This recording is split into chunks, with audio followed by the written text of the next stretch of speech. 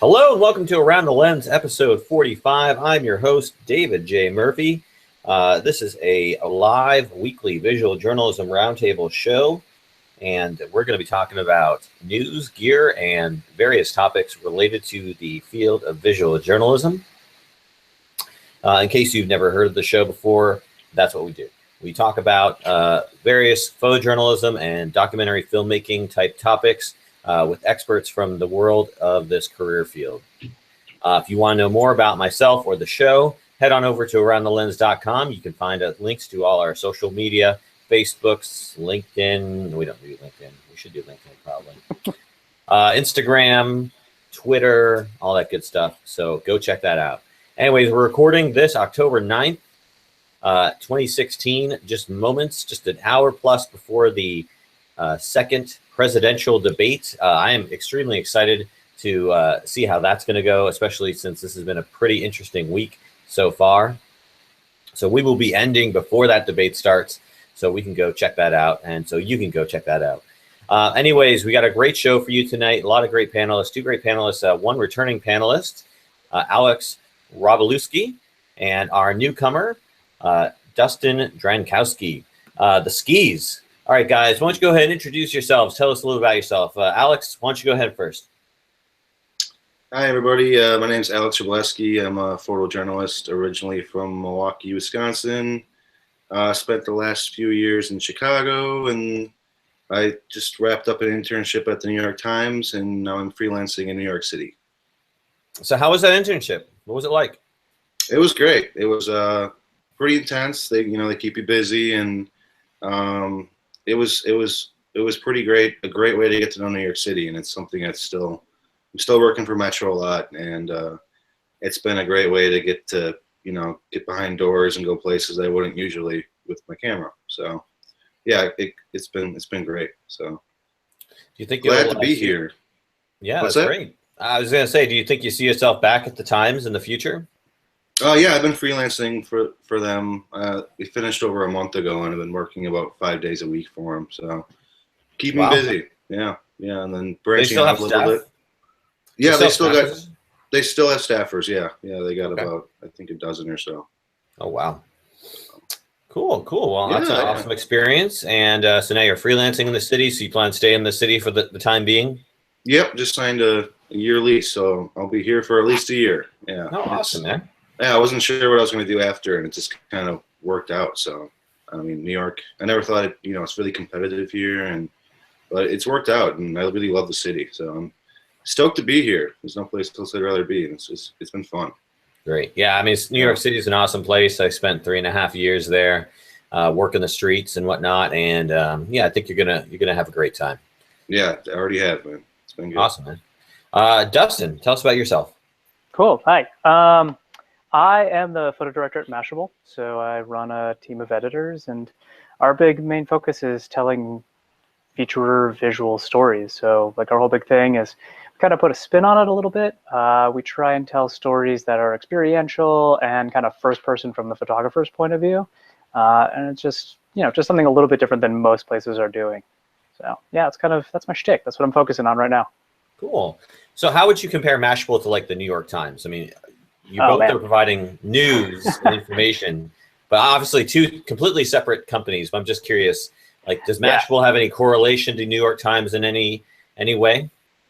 I think there's very little overlap, which I don't know. I'm very excited about. I worked at the Wall Street Journal for many years, and I switched to working at online-only publications many years ago. And part of that was there's an unlimited amount of internet, and there's a very limited amount of print and ink and paper that goes out every day. So our ability to put out stories our strength lies in the ability to be very creative and play, and there's not much at stake, right? So we get to try whatever works and doesn't work and see what we like on our website. So I mean, I obviously have massive respect for the New York Times and all of the visuals that come out of the New York Times, but our thing is very, very different. We don't even come close to trying to do that, both in scale and in story style. And how many photographers do you guys have? Do you have photographers on staff, or is it all freelancers?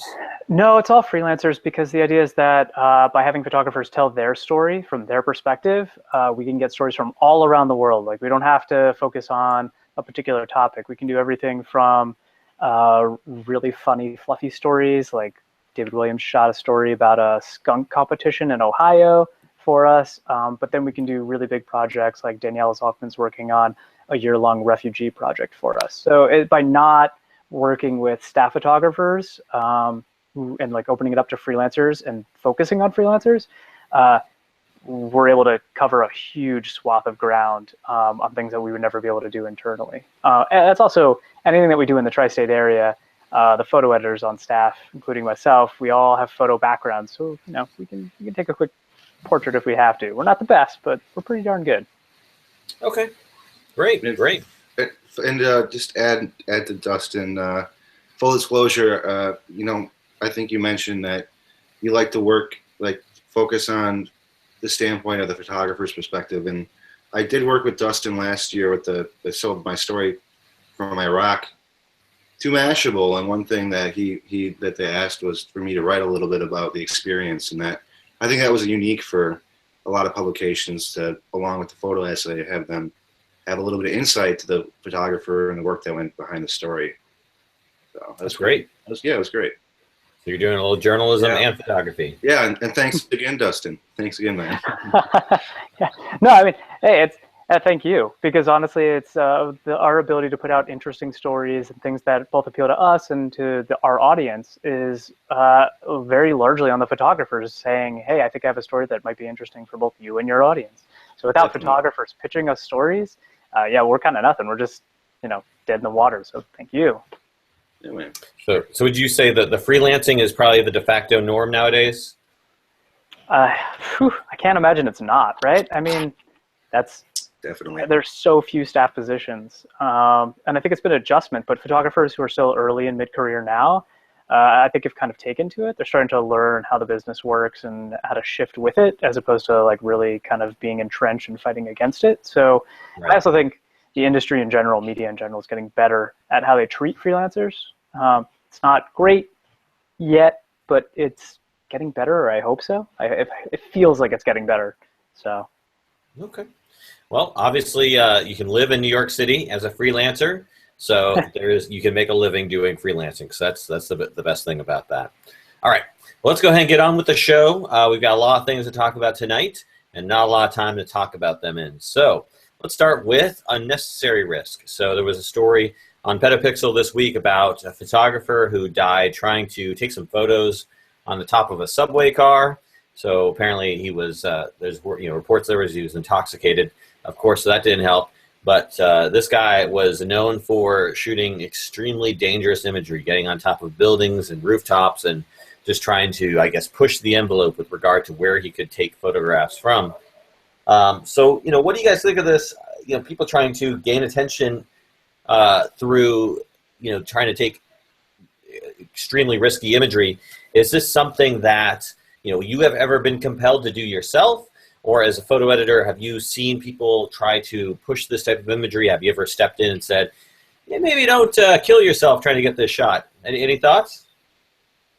Sure, yeah. I mean, to me, having covered ISIS and working in Iraq, there were a risk assessment to, is this worth it? You're taking pictures, and to me, this, I don't know this guy.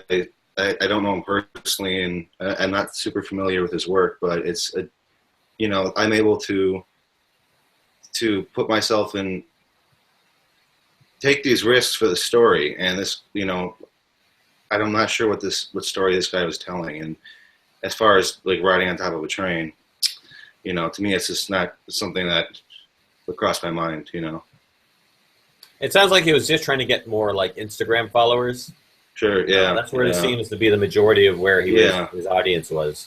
Yeah, from like covering riots in Turkey to Ferguson to Iraq, like there's elements of danger, but to me it's worth it because that story is it's important. It's history. It needs to be documented. As far as like riding on top of a train or getting on top of skyscrapers or whatever, that's not something, you know, it's a totally different type of photography. Yeah. Yeah, he had 118,000 followers on Instagram. So if you look at his Instagram, you'll see a lot of hanging on the edge of buildings with his feet dangling about and stuff like that. Yeah, for me, it's twofold, right? There's like multiple sides to this for me. One of which is, it's not, you know, he's not a war photographer. He is potentially breaking into places. He is finding risky ways of taking photos. And I mean, anytime I work with a photographer who's shooting in any sort of location where there is combat, any sort of scenario like that, I tell them to be absolutely careful because, you know, no one's life, no one's health is worth risking for, you know, just a photo. But it's a calculated risk depending upon what they want to do and what story they're trying to tell. I actually paused when I saw this story because a guy very similar as who does very much the same thing actually approached Mashable, and we were talking about doing a partnership deal with him out, you know, and he was going to share with us regular postings first before he put up on Instagram as a way, you know, to kind of like some sort of like mutual traffic thing, and he could get more followers and deals and whatever. And I actually we had to just shut it down. I like raised the really important question of like, are you getting permission? This seems super dangerous. Are you just doing this completely blind without any safety nets? And from his perspective, he was trying to tell a story from a different perspective that most people don't see. So I don't agree with it, but I can't say that, you know, this guy thought that story was important to tell. That view was important to tell. So it sounds more than anything like a really tragic thing. You know, didn't have to happen. Seems, kind of crappy. Right. So that's good. So Mashable wouldn't accept something where, you know, somebody was taking and doing something illegal or, you know.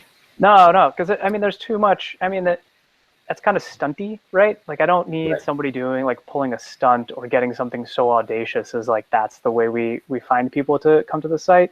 You know, that's not what I'm trying to do. To the extent where, generally speaking, we try not to buy photos of people who have been in combat afterwards. You know, like if they have pitched us a story first, we don't tell them to go shoot it on spec. If they've pitched us the story first, as far as I can tell, somebody could probably correct me. I haven't obviously okayed all of the pitches that come into Mashable, but we always say, yes, we'll either pay you to do that story and we'll make sure you're as safe as you can be, or, you know, we'll like, no, we don't want it unless somebody shot it and then pitched it to us. Yeah. So it's like, I already went to like, you know, ISIS and did this insider expose and didn't die. And here are the photographs I shot. You want to publish them? It's like, I was already in Iraq. I was on the front lines. I saw this thing. I took these photos. Are you interested in this story? Versus like, hey, I was thinking of going onto the front lines. Do you want it? I would never be like, yeah, why don't you just shoot it on spec? And then if it's good, I'll take it afterwards. It's like, you either got to commit to it or you don't. You have to stand behind a freelancer if they're going in, especially to a dangerous situation. I mean, like, listen, I know a guy in Aleppo. I'm going to go to Aleppo and get some inside, you know, as the bombs are falling. Yeah, it's not going to go down. You do that, but we cannot pay you to do that. Yeah, if you live, let us know. But we're not going to support that. That's something that's really changed over the past few years, especially with Syria and Iraq, as far as people like editors here, especially in New York, buying freelance work from people in wars, or, you know, journalists in war zones, because they don't want to encourage them to go there. So yeah, it's definitely, and just the nature of journalism in both those countries as it's different, you know. I mean, journalists have become targets more so than ever. So yeah, I can't imagine anyone wanting to cover that story or go to that area, considering how incredibly hostile it is. Like if it were a normal war where there's two, you know, battling sides, you know, there's like Geneva Conventions and like rules and like people don't shoot like, you know, certain characters or actors, but ISIS is just a terrorist organization that's in charge of a country or whatever, or a portion of a country. You know, you can't reason with them. They're going to do whatever they want. Like, I can't imagine. I mean, are there people either at the New York Times or at Mashable who want to go into these places and try and do stories there? And is there an active interest? I'm hoping Yeah, to for go to sure. Mosul for it. There's a lot of people who want to go who are there. I mean, especially in Kurdistan. Lots of people in Kurdistan. But yeah, I'd like to go to Mosul Like for that. Americans in Kurdistan, or Yeah, Yeah, definitely. yeah, for sure. really? But Wow. I get, I don't know, I'd probably say 1 or 2 pitches a week from frontline conflict areas. I mean, that's not uncommon. I mean, those are stories that need to be told, right? If we don't document Hmm. them, if we don't tell them Hmm. as they're happening, then, they get to be rewritten afterwards. So Exactly. I Yep. But think, you're talking about in Kurdistan with the Kurdistan army, right? Because I've seen like some 360 stuff from the front lines, but they're with the Kurdistan army, right? I think Oh, there's there's, the yeah. Peshmerga. Yeah, there's a lot of people with the Peshmerga, with the PKK. There Hmm. are people out of Baghdad working with the Iraqi security forces. I But mean, nobody's going to those countries like on their own by themselves. they're totally, absolutely, absolutely. Really? Yeah, I have a friend Chengiz who's over there. He's a Yep, freelancer. Chingiz is over there. And Chengiz Yar. Yeah. I was talking to a photographer the other day who just put himself in there and, I hung out there. I'm Yeah, not. it happens a lot. I think I told my friend Sebastian Bachhaus from Germany to reach out to you. He might have some stuff from Libya. He might have hit you up Okay. like probably. I think it was like 2 days ago. But yeah, Yeah. there's people who. I mean, these are huge stories that a lot of people aren't covering because it's dangerous, it's expensive. But I think most of all, I could be wrong, but there's not any American troops to embed with. When Right. the Americans Right, were right. there, we trusted them, and they knew what they were doing, and it was free. Like those are three giant reasons to go ahead and embed somebody. Right. Sending in somebody I was with the Shia militias, an editor at the New York Times might not be as excited to have or have anybody with them. Yeah. I mean, I guess I was thinking like, are there people here in the United States, maybe working at the Times or working, locally here, who want to travel overseas and cover this story and put themselves in danger? Do you see a lot of that, or is it mostly just people who are only there and now? No, no, Yeah, Alex can I attest. wanna- Chingiz was in Chicago for months. Like a lot of photographers go over there for like periods of time and then come back here, for whatever reason. If they run out of money, if they just need to pick up work on the side, if they have other projects planned in advance, or they just have a set amount of time they're staying there, or they just need a break. I mean, I think as an editor, I see people going in all the time and coming out, and I have to say, it's like for me, watching people I know and watching people who I only sort of know go in and out of those conflict zones. It's pretty tense. It's like there's that moment of like, okay, I sign a lot of emails off with like "stay safe" as like something I really truly mean, because those are stories that need to be told, and I am not going to be the person to tell them. I don't have that in me, but a lot of people like Alex do. Like they know that those stories need to be told, and not everyone is game to do it, but the people who are, they got something. Yeah. Yeah. I sign off the emails with, "Can I have your stuff?" Can I have your stuff? And I believe that's a legally binding contract. Yeah. And Dustin, as an editor, I'm sure it's hard. A lot of news organizations have just stopped sending staffers or using freelancers in certain countries, and they're using local stringers. But at the same time, it's like, which foot do you shoot yourself in? Do you not cover this, huge story, or do you risk losing somebody? Like, there's, it's not neither option is great. So it's tricky. Thankfully, Mashable isn't doing a whole lot in terms of like conflict coverage at the moment. That's just not necessarily right where our audience is focused. Mm-hmm. So Mm-hmm. I'm not gonna lie, I'm a little thankful I don't have to make those decisions as much anymore, because you have to really think very heavily about what choice you make as an editor, as somebody who is going to be working very closely with that person and making sure that person stays safe. So yes, that's I think the biggest challenge now and in the next few years, which is like, how do editors in New York or wherever they're based make sure that their freelancers stay safe when they're not, covered by the insurance policy necessarily of the company they work for, or combat. They make sure the freelancers are combat trained and risk trained, all those different things. So it's tough. Definitely. All right. Well, I wish the best of luck to anyone who's going out there or is currently out there documenting a story. I think it's an absolutely important story to tell. I'm glad there are people doing it. It's just interesting to hear the perspective of people who want to do that. And again, I think it's an extremely important story. I'm glad people are out there telling it. Let's go ahead and move on to our next topic this week. We're talking about stolen gear. I don't know if either of you have had this experience. I haven't had this experience, thankfully, yet, where necessarily my entire bag has been stolen. But then again, I'm extremely overcautious with regard to my camera gear. Anyways, a photographer was in a shooting a wedding, and her gear was stolen while it was sitting in a pew. So I think a place where you think should be a relatively secure place to leave your gear, and it's gone. It's stolen. And I was just wondering if any of you have had any of the experience, perhaps where either your gear was stolen or you was afraid it was stolen, and kind of how you sort of were, what precautions you took to make sure it wasn't stolen. Why don't we go and start with you, Alex? I've been pretty lucky, knock on wood. I was at a newspaper in Chicago that I worked for, and I left one camera in the trunk, and somehow it was an old Grand 98 Grand Am. It probably wasn't that hard to get into, but they took a Canon 50D with a f4 7200, so I wasn't losing anything too fancy. But other than that, I've been pretty lucky. I try not to leaving my gear in a church pew, or really even in a newsroom. I'm it's good to keep it with you. I don't like to leave it anywhere, because it's you never know who's gonna walk by and pick it up. And then as far as like I said, that camera got stolen from a trunk. There's a lot of guys I know who will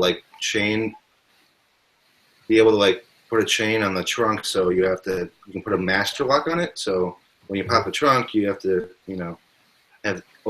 unlock the master lock to get the trunk open. I've never heard that. Yeah.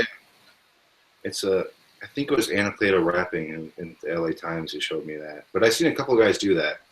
So it's smart though. Yeah. Our buddy and friend of the show, Mike Sharky James, he has this mesh bag that you actually lock into the trunk. And so it's like a metal mesh bag. So it's, obviously someone with enough time could get that into it. But the idea is to deter crooks who are just trying to do the smash and grab, type of attack. It's make it not worth their time. Yeah. And I mean, one thing that I think helps is I have a camera bag, but it's a backpack, and it looks like a normal college kid backpack. And I usually keep a 35 on me, but I try to keep all my gear in there and not stand out as a photographer, So let me ask this, Alex. As a intern for the New York Times, were you issued gear by them, or did you use your own personal gear? It's funny you mentioned that. So yeah, they gave me a bunch of Canon. They really spoiled us, but they gave us a bunch of Canon. And then they gave us a bunch of Sony stuff. And so I was able to try out all the Sony gear, which I actually really liked. But we can get to that next. Because that's on the list, right? Indeed, it is. All right, we'll save that for next conversation. But Dustin, how about you? Have any of your photographers, any freelancers ever talked about stolen gear stories, or have you ever lost your gear yourself? I have never lost gear, but I'm not a photographer, so I'm not carrying around usually large quantities of gear. The extent of my large quantities of gear is a Fuji X Pro with a 35mm lens on it. And everyone looks at that and goes, that's a garbage camera. I'm not going to take that one. Yeah. Well, they think it's film, right? Yeah, exactly. They're like, oh, a film camera. Yeah, I got the silver one. Everybody thinks it's you're shooting film, huh? I'm like, yeah, no. I have heard stories of photographers. Actually, what stories I hear more often is photographers losing memory cards, and I think that's infinitely more heartbreaking to photographers. Yeah. And you hear that story and you're like, oh, not the memory card. It's can't replace those pictures. You can replace gear, but. So I think it's always kind of I've only heard probably one or two cases of it, but it's definitely been the case where if something has gone missing, they almost never mention the cost of the equipment, and always compact flash card gone forever. I'll never get those back. Yeah, it's if I were robbed at gunpoint for my camera gear, I'd be like, okay, you can have the camera. Let me just pop open the memory card. Just take the memory card. Here you go. Take the camera. Okay. I've actually shot certain things in Chicago with gangs where after I'm done shooting, I'll take the card out and put it in my pocket and put a different card in just in case I do get robbed. It's like, especially when something like I know I got something good. Yep. So that's funny you mentioned that. But yeah, I'll do it once in a while when you do know you got something really good and you're in a sketchy place, I'll swap the cards out just in case. Does I mean, obviously a freelancer is completely on their own, right? There's nothing Mashable would do or any agency would do if a photographer had any happen to his stuff, right? I mean, I don't know how to answer that. It hasn't happened. I mean, I'm sure if it did happen and they were on assignment, we definitely look into figuring out something, but I don't know if anything's actually happened. But most freelancers, and Alex, you can speak to this, have insurance that covers their equipment. That's like one of the first things I know a lot of freelancers get because, yeah, your equipment's your livelihood. That's how you make your money. So, got to protect it. Yep. Yeah.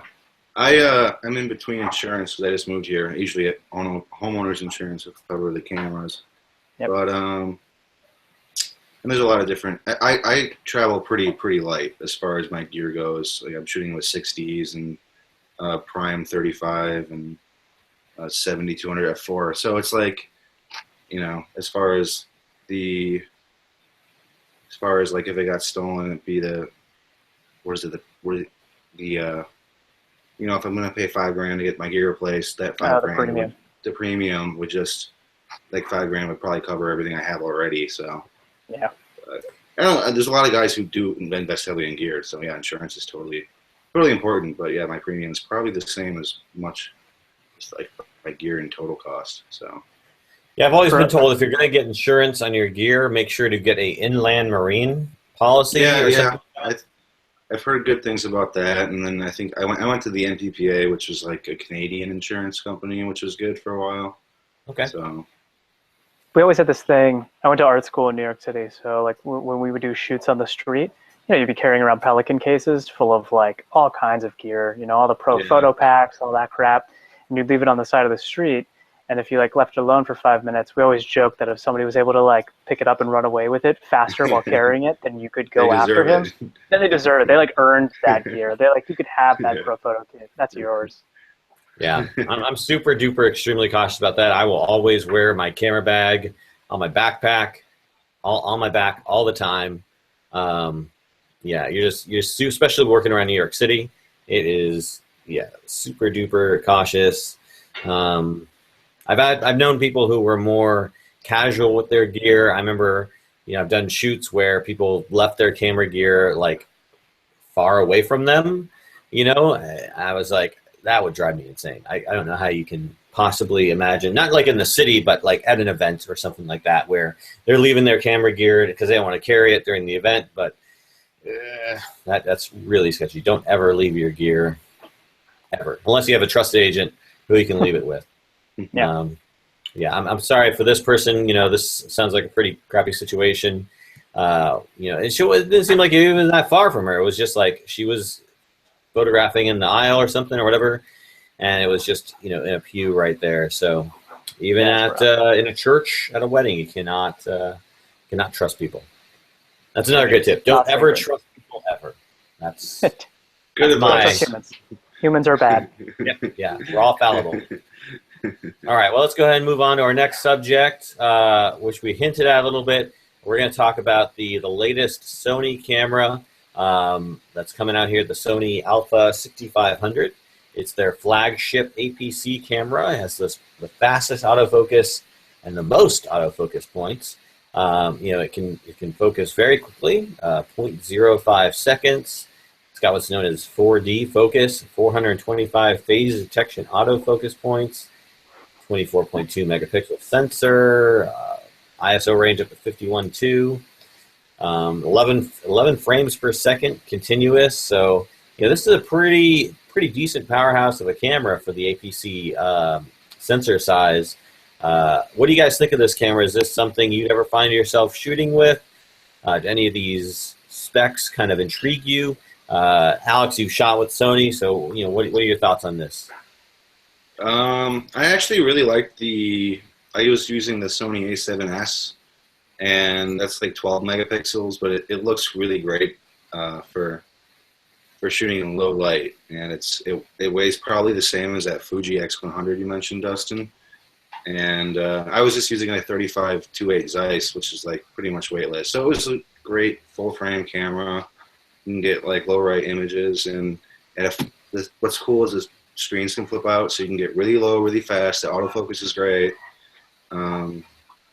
Yeah, they're good cameras, but as far as like investing in Sony and switching, like I think it's kind of too soon. They're not quite there with the Canon stuff. I could shoot just about anything. Like but the Sony, it's like the hard news thing. The batteries like go really quick. The menu, like I was saying earlier, it's easier to do your taxes than find something in that menu. Yeah, I don't know. I'd have to try it out. But the AR2s are great, 42 megapixels. I mean, that's kind of overkill. But yeah, they're great cameras. It's just they're really expensive, and the glass too. Like it doesn't quite equal out to like these are really light bodies. They're really small, and then you put like a giant. The glass weighs the same as Canon, so it's like you're putting this giant like 7200 that weighs. I don't know. It kind of defeats the purpose of like why these cameras are small and lightweight and so portable. Like, so I don't know. It's not to me. It's and they're expensive. Everything's expensive that they do. So to me, it's not worth switching over. And I don't know anybody who shoots exclusively Sony either. So what would they have to do to get you to switch? They could sponsor me and give me the cameras. There you go, Sony. Yeah, I'll test what do they call their like Sony photographers? I know like it's Lumix luminaries. Canon, I think, are like what visionaries of light or something. Nikon's like super fancy Nikon users. I don't know. Each of them has their own sort of special club. So you want to be in the special club, huh? I'd shoot. I would if they offered me the option to shoot for them exclusively. If they gave me gear, I'd be into that. So Sony, if you're listening. Yeah, no, it's great. The glass is nice. They do the Zeiss does a lot of the glass, if not all of it. And then they're like it's great. It's kind of like using that little Fuji X100. It's just you can kind of sneak in you're more inconspicuous than shooting with the big Canon stuff or Nikon stuff. People kind of pay you. Yeah, I mean, like we've got tons of Sony stuff at the office, so we shoot with it a lot. I mean, it's amazing for video. I don't like it for shooting photos, just because I think it's like it throws me off. The body ergonomics, the menu style, it just takes me so long. Like I personally shoot Nikon and Fuji.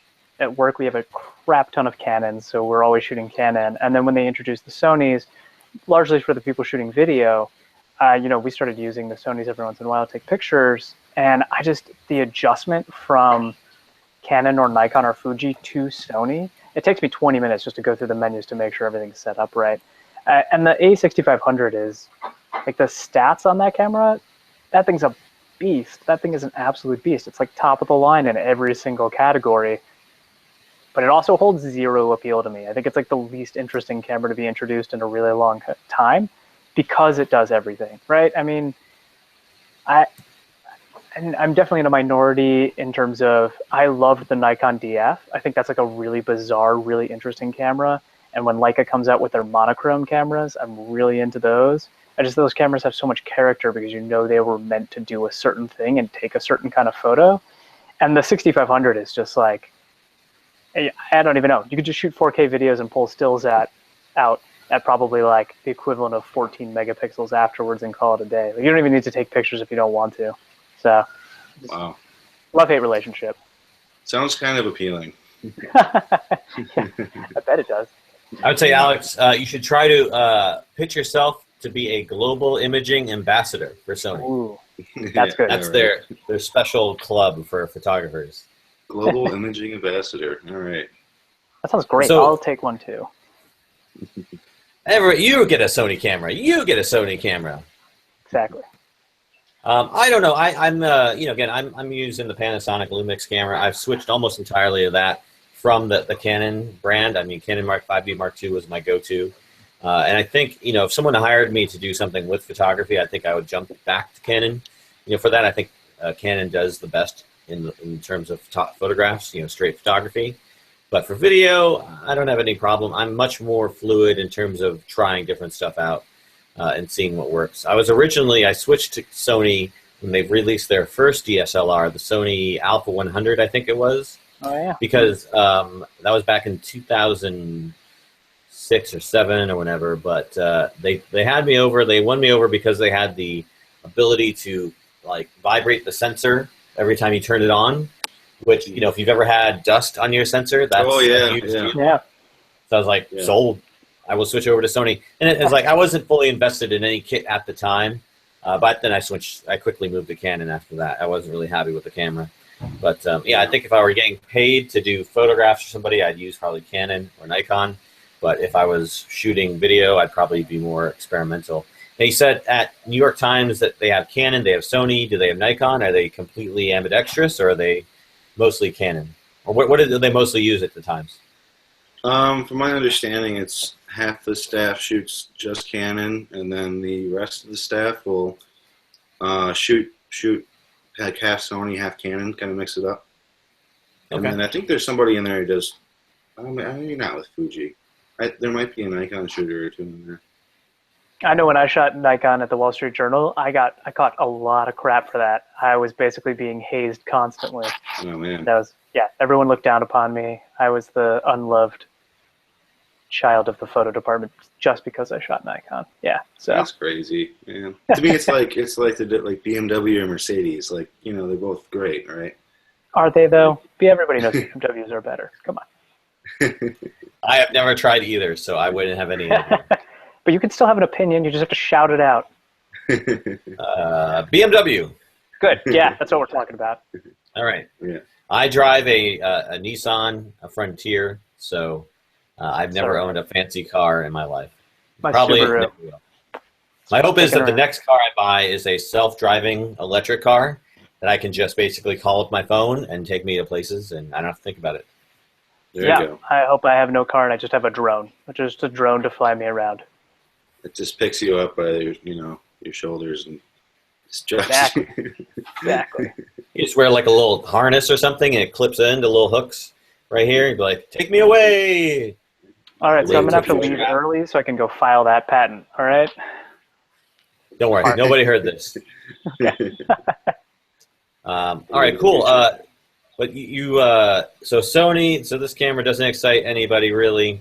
Although I do think, in terms of what Sony is trying to do with pushing sort of the envelope with regard to technology, I definitely think, the autofocus capability of the camera seems pretty interesting.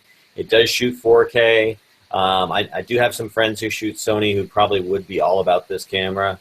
Are you at Mashable seeing a lot? Would you say that the video to photo ratio is pretty much even, or would you say there's more video to photo? I mean, I know video is the platform by which people are, getting information nowadays, but how much video to photo are you getting? In terms of like how much are we producing in the house? Either content, that you're soliciting for or getting pitched. Do people pitch you a photo and a video story, or are they just pitching you a photo story, or do you ask them, hey, if you're going to be shooting photos, why don't you shoot some video too? I almost never ask a photographer to shoot video along with photo. If they pitch me a story and they say there's some element of it that sounds like it would be better in motion, then I ask them to capture it in motion. It's kind of, I never ask somebody to present me both options unless it is in service to the story. So we ask for multimedia, we get multimedia pitches all the time, and we accept them, and some of them look great, and when they don't, we try and push it either to video or towards photo. But in terms of making video in-house, there's a massive video team, both on the East Coast and the West Coast. So internally, we're making a ton of video, and we're not making as many photos. But I would say even if you're including feature photo stories published versus video created, I'd say there's still more video for sure, which makes sense. Just like given what, the times we live in. Speaking of the Times, did the Times ever ask you to shoot video, Alex? Only once or twice. I think only once actually, just for a protest. So nothing. Yeah, usually they're very very focused visually and much like how Dustin works. It's one or the other. It's hard. It's really, you're gonna miss hard to do both at the same time because you're going to miss the moment either way. You know, what's going to make a good clip or a good photograph, you know, you can't do both at once. You're going to miss that moment yeah, I was actually just talking to a freelancer about this the other day, which is, you know, I think less and less as, I think when like the first 5D with 1080p capability came out, it was really big of newsrooms to ask freelancers to shoot photos and videos because they're like, hey, just flip the switch and then you shoot some video. Yeah, all good. right. Yeah. And then like, you know, we were like 5-10 years from that now, and everyone's like, oh God, if you're a photographer, please don't shoot video. Like, you know, either shoot video or take photos. Like shooting video is actually very difficult. Like shooting good video is difficult, regardless of how easy it is to hit record on the device in which you capture it. So I think there's been a shift back towards, you know, people staying in their lane a little bit, at least for an assignment. You know, I don't, in general, people can do both, but not for a specific story. Yeah, I mean, if you're turning it around quick, it's not possible to do both really well, and audio plays a huge factor in that. And you know, it's like you're building, it's their baseline right there is having good audio, and if you're taking pictures, it might get in the way. So, but like I think that's one element of the freelancing world that I think has really gotten better is there's been very few times I've been asked to do both at the same time. And which sucks because like I really, I mean, that's a good thing, but I love shooting video. It's just, you know, something I haven't really been to spend a lot of time on because pictures, still doing good still work is just like taking priority. So yeah, I would say you can do either one like well if you focus on it, even if you have the skills for both. But if you try and do both at the same time, you'll end up with a mediocre product for both. And that's so. I'm glad to hear it's not something that is being pushed by any particular institution as much anymore, although I'm sure there are other agencies that, you know, don't have that luxury. You know, I was going to say, Alex, you know, you're a freelancer now. Do you, is that by choice? Do you want to be like a staffer, or do you prefer the sort of freelance gig? I would definitely prefer to be, I would love a staff job. It's just there's so few out there, and I think everybody's kind of going the freelance route, and that's just the way. It's like I think it's just the way it's slowly become as far as being a photojournalist goes. You're mostly freelance. I remember working with a reporter last year, and somebody was talking about who's a photographer, and she's just like, they're all freelance, and I'm like, that's not true. But I'm like, wait a second. For the most part, yeah, I think it is. There's very, very few people I know who are staffers. So, I mean, just the way it's going. But what the one upside is that's like you kind of get to do a variety of work and work with different people like Dustin here. Like, you know, if I was staffing the last few years, I'd probably want to met a lot of folks that I've been able to work with and got to shoot a variety of stories. And so that's a plus. So let's say you're a freelancer and you want to get the attention of Mashable or another agency. You know, how do people like get your attention? Do they, you know, gather a following and do something and Mashable comes to them, or do they just cold call, cold email a pitch idea to the photo desk at Mashable or something, or some agency? I mean, we get pitches. Photographers come to us in every manner you can imagine. I get cold emails all day long, every single day. And I'd say I get through 99% of them and respond to about 99% of them. I think that's, you know, people reaching out to you is just part of how it gets at some point. You can't constantly be looking at other people's websites and searching out people. So that's, you know, part of finding those stories is responding to those emails, even when you don't know who the person is. And then there's also the days where I do just surf around looking at people's websites and seeing, you know, finding them through Instagram or finding them through Lens Culture or Metapixel or like wherever you find, you know, photographers also doing portfolio reviews, all sorts of things like that. And then, you know, reaching out to them being like, hey, wow, you have an amazing story. And then there's also, you know, photographers who have worked with me before will go, hey, I've got a friend. Can I send them your way? And that happens, I'd say that's probably 50% of the emails I get in terms of like cold emails, which is just people being like, hey, this is my friend. I think they do stories that would work well for your audience. You know, I worked with you, I know your jam, this person definitely falls in line with that. So people come at me from all different directions, and I think that's really interesting. Being able to work with a really incredible variety of photographers all around the world is really exciting. And we're talking about photographers who, everything from somebody I went to school with back in the day to photographers working out of Kashmir who speak barely any English. And, finding those people have stories. Like, we all have stories, every single one of us. So, that you have to just be able to, willing to put in the time to find them and sift through all of those emails, because you never know what you're going to find. How many times would you say that you're approached with a pitch versus a completely finished, ready to go package? Ooh, I did this thing, here's my stuff. Say 9 out of 10 are simply snippets of ideas. And then that last one is kind of here's a PDF of the work I did.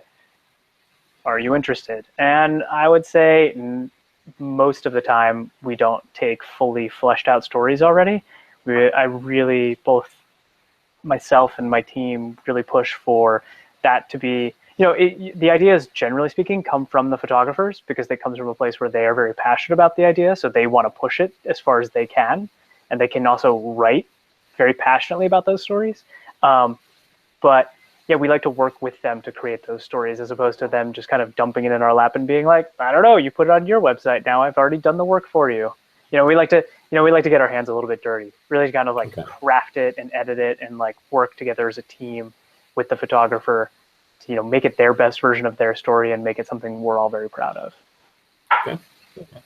But you maybe sometimes will say, hey, that's a great start. Let's go ahead and let's go back to that, maybe try it a different way or something like that. Absolutely. Yeah, we've definitely done that a bunch of times, where somebody hands us hands us a story, and we're like, you know what, that's a really, the first part of that story that you sent, great, but maybe the back half, not so much of an interest to us. So let's jump off from that first part and build out a whole story there. I'm interested. You said you mentioned that you worked together. How did that go? Alex, did you reach out to Dustin? Dustin, did you reach out to Alex? How did that go? And what was that story you did, and how did that sort of play out? It couldn't have gone better. Dustin, I don't know how many stories you do a year, but don't worry if you don't remember the specifics. But I was working out of Baghdad and was able to make some photos, and was kind of trying to reach out to folks in New York. And I had a friend who introduced me to Dustin via email, and so she put us in touch. And then Dustin said, "Can you write something about this?" And then I think I went back the next day and shot some more photos, and then it ran pretty quick, and the display was great. It was the snowfall type scroll down, and the images were huge, and it was and the turnaround was quick. You guys paid us quick, and it was couldn't have gone any more smoothly. And then I met Dustin, I think, when I got back at some point in the office for a minute. So yeah, it was great, man. It was. Yeah, that's kind of that is the most ideal version of the process. It's pitch comes in, we're able to knock it out really fast. It goes up, it looks great, and you get paid fast. That's the trifecta right there. We hope all things go like that. And I think that's usually how it goes. Just pick up in one step of it every once in a while, but generally speaking, that's how it goes. Yeah, and I got tens of thousands of views, and it was all over social media. It was great. So, and that's an interesting point about the freelancing thing. All the people you get to work with, I'm sure that's just fascinating as far as the variety and of stories and range of people you get to work with. It's great because I'm learning constantly too. So it's these photographers are presenting, and they're able to go out and seek the stories that are most interesting to them. But from my perspective, I always talk about myself as a megaphone, and the photographers are just trying to blast their story, right? Mashable's a platform. We're just trying to blast a story out, and it's cool to just learn all of these stories and hear all these interesting stories and meet so many cool people who are doing so many interesting things. Yeah, a friend of mine works as a freelancer in this city, and talking about getting paid, it took forever to get paid by the traditional sort of print outlets and stuff that he worked for. So much so they actually had to leave the freelancing world to get a steady job. Yeah. He still does photography, but it's not, it's not as I would say dynamic as what you're probably able to do as a freelancer. So good on you for making it, Alex. and all the people who work for Mashable, I hope, are making it. Obviously, getting them the money, you know, so that's important, you know, in a short amount of time. So, all right, well, that was the Sony A6500. Go get it now at your local retailer, or don't. So this is the part where we get to promote something that we've seen, heard, a resource or whatnot, an eye catcher, something that, you know, we saw out there on the web, or, you know, something we think should be getting some illumination on. So Alex, why don't you go first? Tell us what is something you would like to pick out for our audience to check out this week. So earlier we were talking about Iraq a little bit, and Kurdistan, and the folks who are working over there, and who's driven to go over there and you know, self-assign themselves in a place like that. And I mentioned Shengiz, who Dustin, I'm not sure if you've worked with him before. It sounds like you guys might know each other, but his work's been great. He's, you know, like we were talking about, he put himself there and has really dug himself in with the Peshmerga and a lot of the community there. He's spending a lot of time in Erbil with normal families and people who are just working through this. And his website, if it's Cengizyar, CENGIZYAR.com.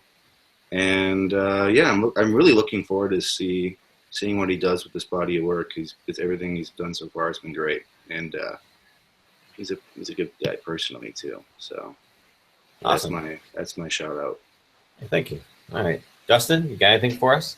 Well, I'm going to double down on Cengiz. I will say his work is great. I've always loved working with him and swapping emails with him. He's great. He's truly fantastic, and the work he's doing out there is really awesome. But my pick is, you know, speaking of where photographers come from, our science editor found this guy, Alistair Turner. He's this photographer. I'm not sure 100% what he does as like his main gig, but our science editor found him because he was taking these amazing Instagram photos in Antarctica.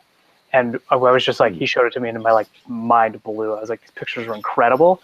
So we reached out to him and he did this whole piece for us about what it is to shoot in Antarctica, a place that so few people actually get to go, let alone photographers. And he's there with like a science team. So he's there for like a few months at a time. So I'd say look up Mashable and Alistair Turner and Antarctica, because he did an amazing big photo piece for us, and the pictures are just really cool. Awesome. Nice. Great. Thank you. you. Yeah.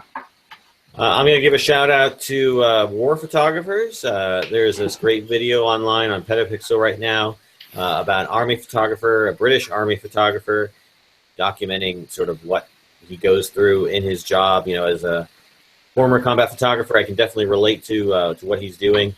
I've never been in the exact, obviously, situation he's been in, but I can definitely understand sort of the, you know, being able to obviously switch between a rifle and a camera is an important skill, and also just being able to, you know, keep your head about you and being able to do your job while also taking fire, because that's an important skill as well. You know, I think as combat photographers, it's something that you have to be able to continue to do your job and continue to photograph, you know, as long as there are people who can shoot back at the enemy. When it obviously becomes too great and you have to shoot back, you have to become part of that battle, so to speak, then obviously put your camera down. But you're out there as the photographer, and it's great to see him in this video, jumping back and forth, doing what he needs to do, but still capturing the story. So I'm going to throw my shout out to that story. All these links will be in the show notes, so if you didn't get a chance to write them down fast enough, go ahead and check that out. Guys, thank you so much for being on the show. How can people get to know more about you? Alex? My website, Instagram, Twitter. My name is Alex Robleski, and ALEX and WROBLAWSKI. It's the good old-fashioned classic Catholic Polish name. So, yeah. And I just wanted to mention, you know, I can't imagine. I watched that video, and it's like we're talking about switching between photos and video, but as far as like being in combat and taking pictures, that's pretty intense, you know, having to fire back at the enemy. Well, trying to decide when you want to take a picture, that's insane. Yeah, it's pretty crazy, man. So, but okay. Yeah. I'm always in Facebook too. I'm always on Facebook. So. Great. We'll have all that links on the show notes as well. Dustin? Right. Thanks, Dave. Yeah, you can find me on Twitter. I'm at downsmileyface. Don't ask me why. And you can find me at Mashable. You can always email me, dustin@mashable.com. And yeah, that's about it for me. Yeah, email Dustin, pitch him your ideas. Who knows? Your stuff could be on Mashable. I hope it's on Mashable. Bring it to me. I want to put it on Mashable. There you go. Just so, since we have, I'm guessing you're also Polish, Dustin? Yeah. Oh, yeah. Okay. I'm also Polish, half Polish. My mother was Polish, came from Warsaw. Little, where are you guys from, Polish-wise, origins-wise? You know, like family-wise? Warsaw, actually. Warsaw. Yeah. Warsaw. All right, Warsaw all the way. We're all related. We're all related. We're all related, yeah. I'd love to matter. visit sometime. I hear it's beautiful. You know my mother, Maria? Yeah. Oh, yeah, Maria. Yeah. Saw her last week, man. Oh, okay, great. Glad to know it. All right. Thanks again, guys. Thanks so much for being on the show. Thank you, Alex. Thank you, Dustin. This is, I'm David J. Murphy, host of Around the Lens. You can find me at djmphoto.com for all the personal stuff, but please go to aroundthelens.com. You can find all the old shows and everything we've been doing and all the cool stuff and catch up with all the panelists that we've featured on the show. So please go there. Again, I want to thank you both for being on the show tonight. I'm David J. Murphy. This has been episode 45 of Around the Lens, and we're out.